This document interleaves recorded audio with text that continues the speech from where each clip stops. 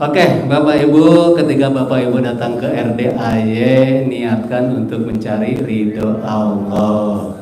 Jangan mencari solusi, ya. Kalau Bapak mencari solusi, nanti takutnya kecewa, berharap sama manusia. Rabbi zidni ilman nafi'an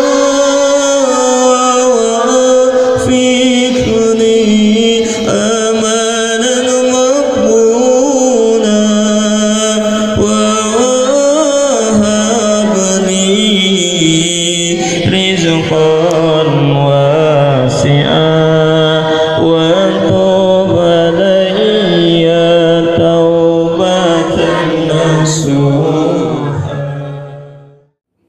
Baik, saya buka aja. Assalamualaikum warahmatullahi wabarakatuh. Alhamdulillahirrabbilalamin. Wassalatu wassalamu asrofil anbiya wal mursalin Sayyidina Muhammadin wa ala alihi wa sahbihi ajma'in. Amma ba'du.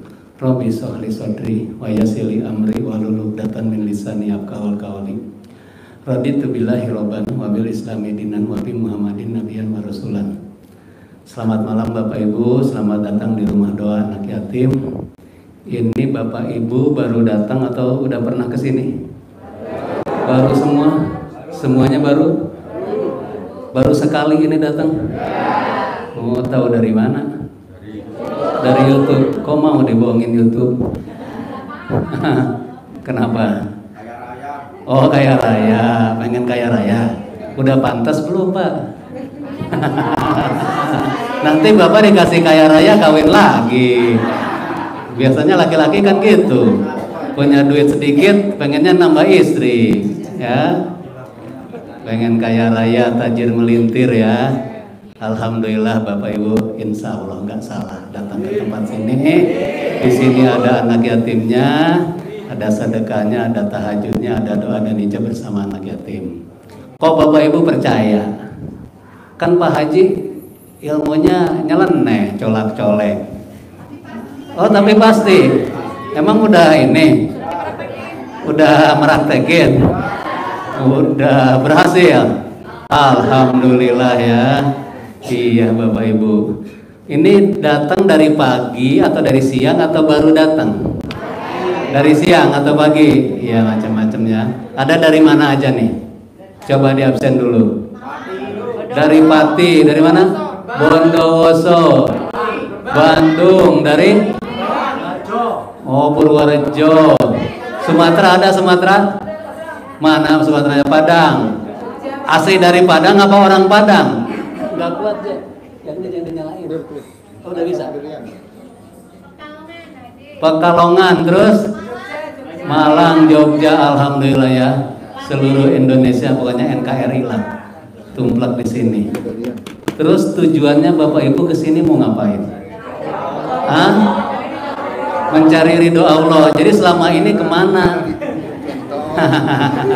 Selama ini Bapak Ibu ibadah kemana aja? Nyari centong. Waduh, niatnya udah salah, nyari centong. Centong kan banyak di pasar Bapak Ibu, tinggal beli. Ya Allah ya Rabbi, centong itu kan cuma wasilah ya, tidak harus ini. Kaya raya, semuanya juga pengen kaya raya Pak, tapi pantaskan dulu diri kita ya. Siapkan dulu wadahnya Pak. Bapak punya wadah cangkir, pengen apa besar ya, walaupun Allah kasih tetap aja pada tumpah lagi. Gedekan dulu wadah kitanya ya, baru nanti rezeki bisa masuk. Oke, Bapak Ibu, ketika Bapak Ibu datang ke RDAY, niatkan untuk mencari ridho Allah. Jangan mencari solusi, ya. Kalau Bapak mencari solusi, nanti takutnya kecewa, berharap sama manusia. Tugas kita adalah ibadah. Nanti Allah yang akan mengasih jalan keluarnya, solusinya. Mungkin selama ini Bapak ibadah, atau sekarang Bapak punya utang, mungkin Allah tidak ridho, tapi Allah izinkan. Kan waktu Bapak ngajuin pinjaman ke bank, Bapak tahajud juga kan? Benar nggak? Ya Allah, cairkan pinjaman saya di bank, ya kan? Kan tahu katanya riba. Tapi gimana, kan butuh ya? Nah. Oh gitu. Oh gitu ya. Iya, ya. Ya artinya apa? Kenapa Bapak Ibu bisa sampai ke sini? Kenapa Bapak Ibu bisa sampai hutang, ya? Kenapa banyak masalah? Mungkin hubungan kita dengan Allahnya yang kurang baik, ya. Ketika Pak ada tamu bilang, Pak Haji, saya berarti perbaikin dulu sholatmu, qobliyah badiahnya, pasti itu. Soalnya ketika hubungan kita baik dengan Allah, pasti juga Allah akan menjamin rezeki kita, ya. Oke, sekarang saya mau tanya, ilmu RDAI itu apa aja? Jangan-jangan Bapak cuma tahunya cuma colak-coleknya doang. Mandi malam, apalagi bangun jam 00, colmek coltok, celana dalam kebalik. Ya. Baik, saya review ya, saya ulang sebentar ya. Ilmu RDAI itu dibagi menjadi 4 bagian, ya. Karena apa Bapak Ibu? Ketika kita mencari Allah, untuk memperbaiki hubungan dengan Allah, itu bisa dilakukan dengan 2 cara. Pertama dengan ibadah sosial, yang kedua dengan ibadah ritual. Nah di RDAI ini dua-duanya ada, ya. Dan jadi dari keempat bagian yang ilmu RDAI itu udah mencakup semuanya, maupun ibadah sosialnya maupun ibadah ritualnya. Apa itu ibadah sosial? Pertama, sedekah. Sedekah di RDAI dibagi menjadi beberapa bagian. Ada sedekah subuh, ada sedekah Jumat Barokah, ada sedekah-sedekah yang memang hari-hari khusus seperti anak yatim berangkat umroh atau sedekah nisfu saban, macam-macam. Ya. Yang kedua, sedekah terhadap makhluk Allah, binatang, memberi makan semut, memberi makan kucing, dan lain-lain. Atau memang yang orisinilnya produk RDAI sedekah pembersih WC, ya, itu untuk hal-hal yang memang sifatnya urgent. Itu ada bagian-bagian khusus. Ada sedekah ekstrim, sedekah subuh. Kenapa harus sedekah ekstrim? Kenapa harus sedekah subuh? Karena itu memang dalilnya ada.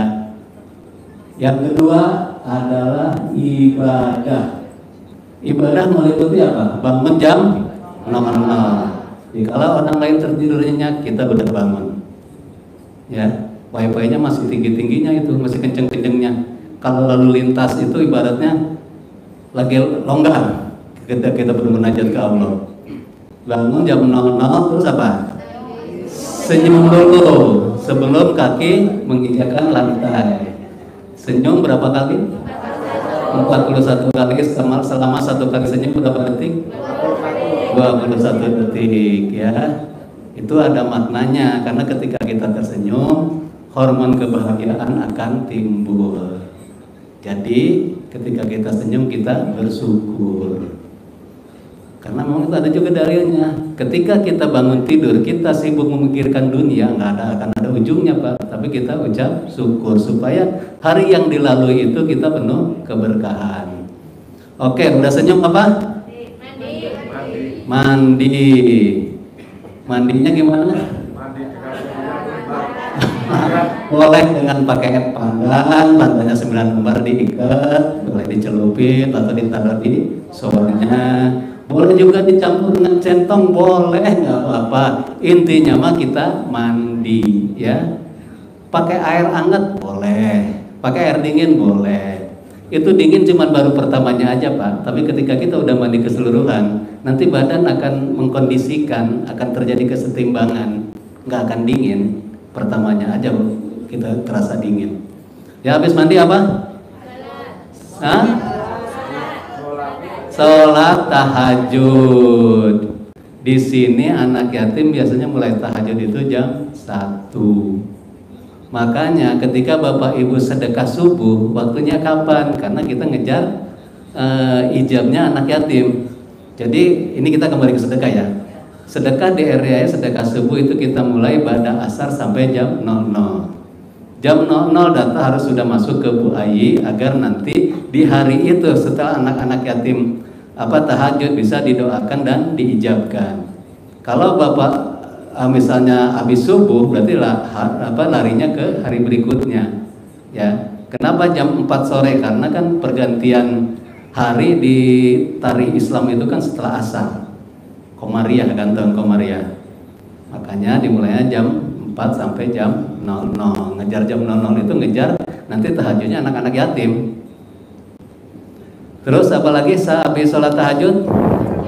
Baca Quran 12 juz. Kan pengen 10 miliar. Ya, ibadah itu harus dipaksakan, Pak. Betul nggak? Kalau kata Ustadz Panejar, lebih baik kita dipaksa masuk surga daripada sukarela masuk neraka. Ya dong, Allah sudah menjanjikan kan, udah mengiming-imingi, berarti kita harus maksa. Kalau nggak dipaksa ya susah, malas terus akhirnya. Makanya dikasih anugerah. Alhamdulillah dengan anugerah ini jadi mengantarkan Bapak jadi rajin sholat tahajud, rajin sedekah, rajin baca Quran. Coba kalau nggak ada utang, boro-boro ingat, ya mungkin sekarang lagi asik nggak tahu di mana. Kalau kata Pak Haji sengaja lu doakan supaya lu kesini. Kalau lu nggak kelilit utang lu nggak akan kesini katanya. Itu doa gue bos. Oke, habis sholat, habis baca Quran apa coba? Ada yang ketinggalan nggak? Bangun, senyum, mandi, tahajud, baca Quran. Nah, bagi yang ibu-ibu menjelang subuh itu sudah gelar sajadah dulu ya sebelum azan subuh. Nanti setelah azan subuh baru sholat sunnah qabliyah subuh. Bagi bapak-bapak untuk sholatnya silakan di masjid ya. Kalau bapak ibu sholatnya di rumah, nanti bapak ibu jadi bapak yang soleha. Ya, harus berjamaah Pak. Dulu ada zaman Nabi hadisnya kan, yang tidak sholat sholat berjamaah, mau dibakar rumahnya kan. Kalau nggak salah seperti itu, maklum saya di SD Impres muridnya, bukan ustaz. Oke, habis sholat subuh selesai, lanjutkan baca Quran sampai matahari terbit. Setelah itu silakan aktivitas seperti biasa. Yang mau sholat duha silakan, yang mau kegiatan apapun silakan. Dan itu harus dipaksa Bapak Ibu. Yang di kantor gimana? Nah itu yang di kantor gimana nih? Ngantuk berarti ya. Oke, terus apa lagi? ML-nya kapan Pak? Apanya? ML-nya kapan ya? Sekarang aja di sini. Oh, berarti ibu mau pakai jalur lewat ML. Ada Bu utang lunas dengan kelonan Bu. Iya. Kenapa mau nanya apa Ibu? Cara ML-nya kan. Oh cara ML-nya. Iya, itu kan ML-nya kapan ya? Aduh saya bingung deh Bu. ML-nya siang aja deh, nggak apa-apa. Ya habis sholat duha ML. Kan nggak apa-apa. Kan anak-anak udah pada ini. Kalau ya, bukan kalau habis bulan sholat puasa, tahajud kalau gimana? puasa ya enggak. Pak, Ada kalau habis sholat pertanyaan nggak? tahajud Mungkin akan nanya kalau perempuan kan suka dapat halangan gimana gitu. Atau yang non muslim gimana gitu. Gimana? Atau saya nggak bisa baca Quran, bisa nggak diganti sama sholawat? Nah, ada nggak pertanyaan seperti itu? boleh nggak habis sholat tahajud? Kenapa? ML-nya setelah sholat tahajud. Oh, tetap pengen ML. Iya. Ngeban banget Bu.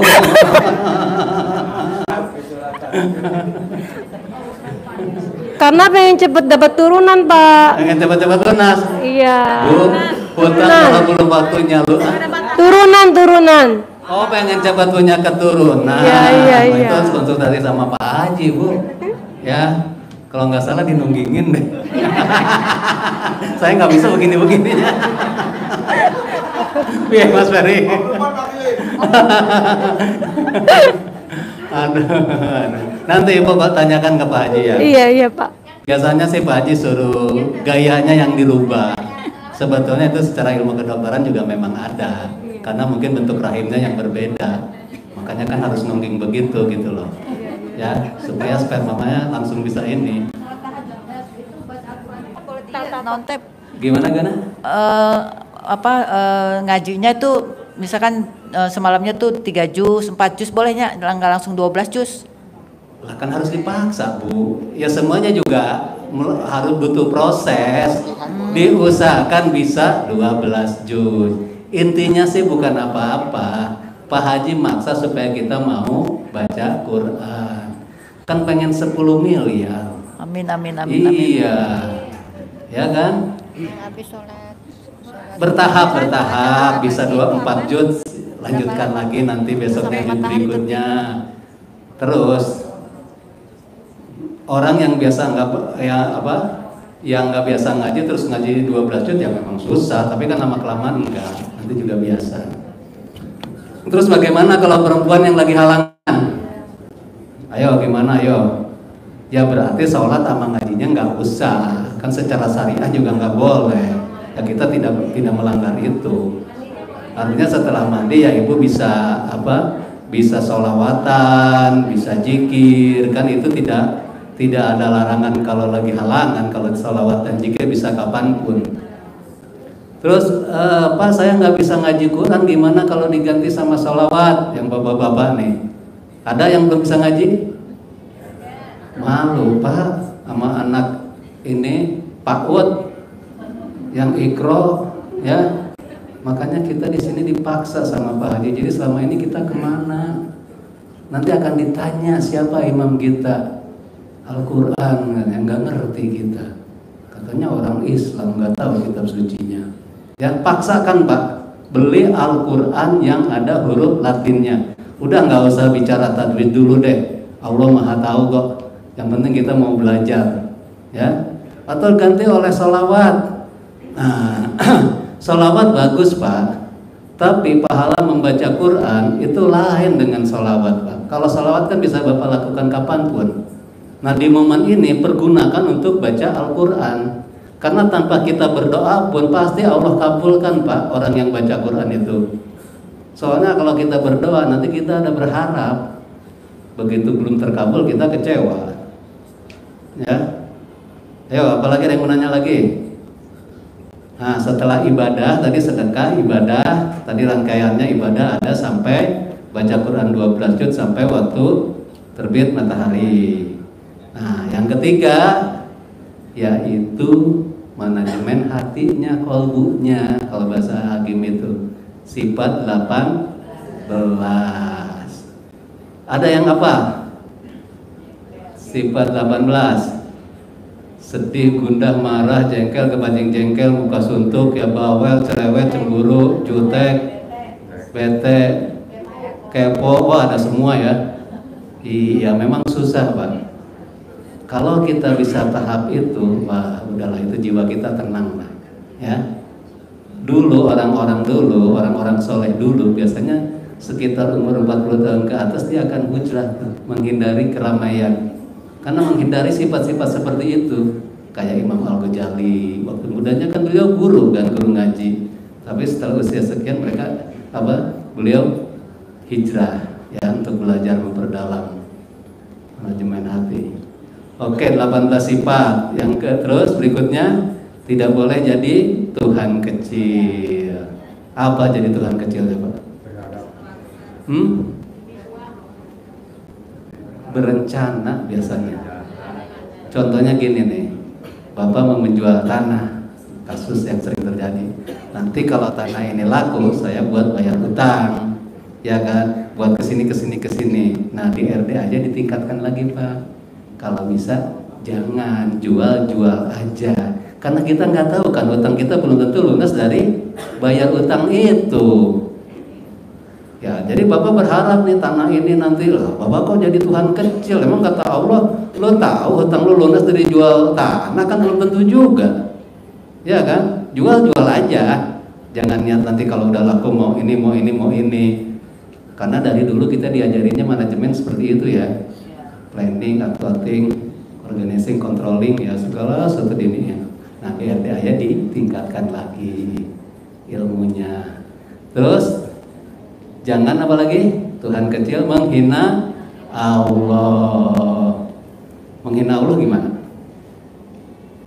Besok bisa nggak ya makan yang, berarti Bapak Ibu nggak percaya dong sama Allah. Allah menciptakan, pasti Allah kasih rezeki. Benar nggak? Tapi ya manusiawi sih ya. Ketika pikiran suntuk, aduh besok gimana nih?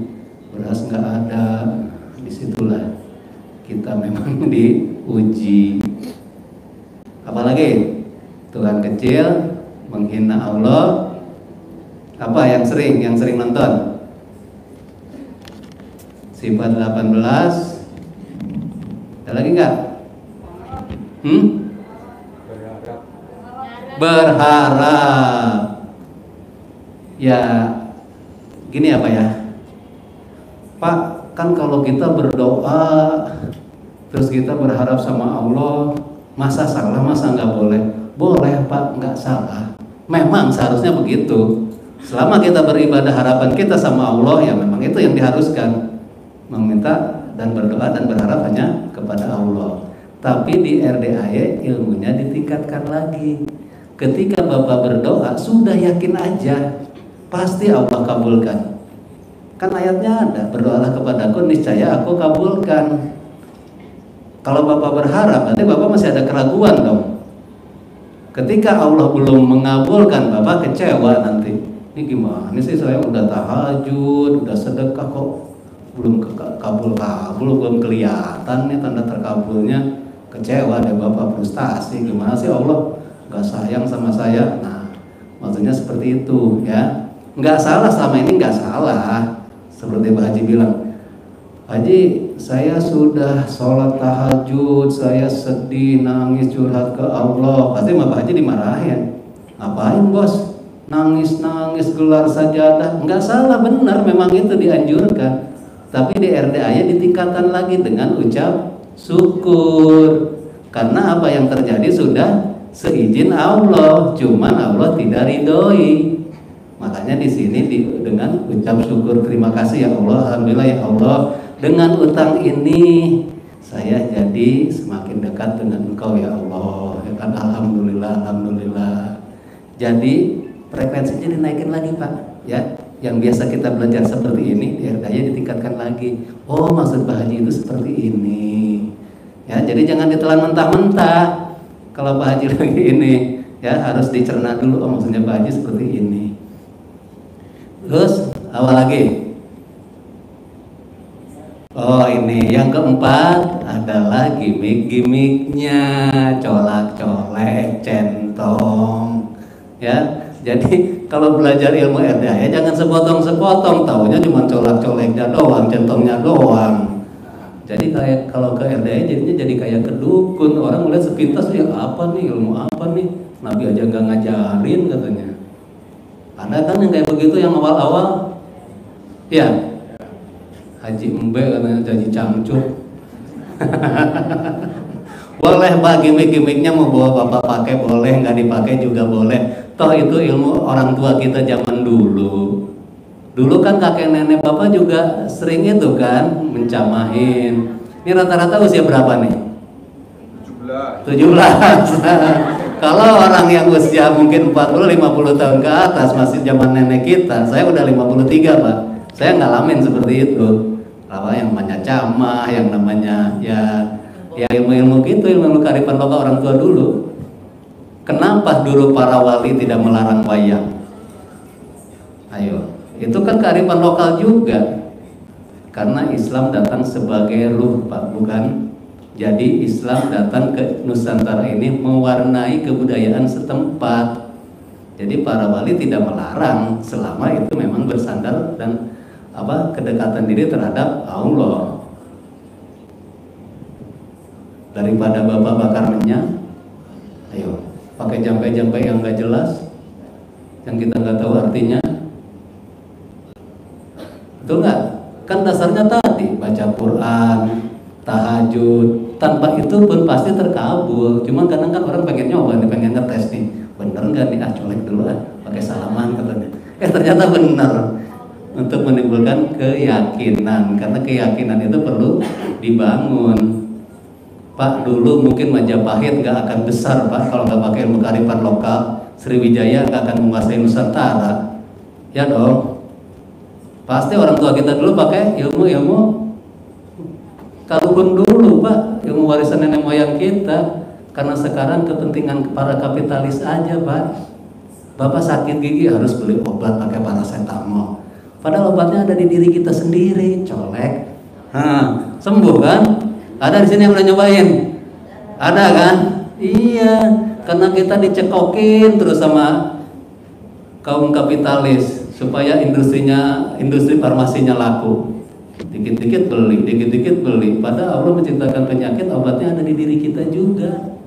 Coba Bapak makan durian supaya nggak kolesterol, nggak pusing. Apa coba? Minum di itunya, dicekang duriannya sebagai penawarnya kan. Bapak makan apa tuh? Emping supaya nggak melinjo tuh, ya kan? Supaya nggak asam urat. Makan dengan kulitnya, betul nggak? Artinya apa? Ya penawarnya di situnya juga. Nah, sama di diri kita juga seperti itu. Tapi karena zaman udah modern, kita dicekokin handphone, dicekokin globalisasi, harus beli ini, beli itu. Kan Pak Haji bilang, kalau lu punya duit lu ke dokter, kalau enggak, jangan gunain alat kelamin lu gitu. Oke, apa lagi? Udah cukup jelas nggak rangkaiannya? Ada yang mau ditanyakan dari ilmu-ilmu erdaya tersebut? Dulu mah nggak ada, Pak Haji nggak ngajarin ilmu-ilmu kearifan lokal, cuman sedekah ibadah sama sifat 18 menata hatinya. Tapi berhubung tamunya makin sini makin banyak, ya kan? Pak Haji juga sudah mendisklaimer, saya kan bukan ustadz, bukan kiai. Banyak tamu yang nanya, Pak Haji doanya apa, zikirnya apa? Lah gue kan bukan ustadz, terus apa dong saya ini? Nah udah, akhirnya Pak Haji gali kembali ilmu kearifan lokal, karena basicnya Pak Haji orang Jawa, makanya banyak yang berdasarkan ilmu Jawa zaman dahulu, zaman kakek neneknya beliau. Oke, di sini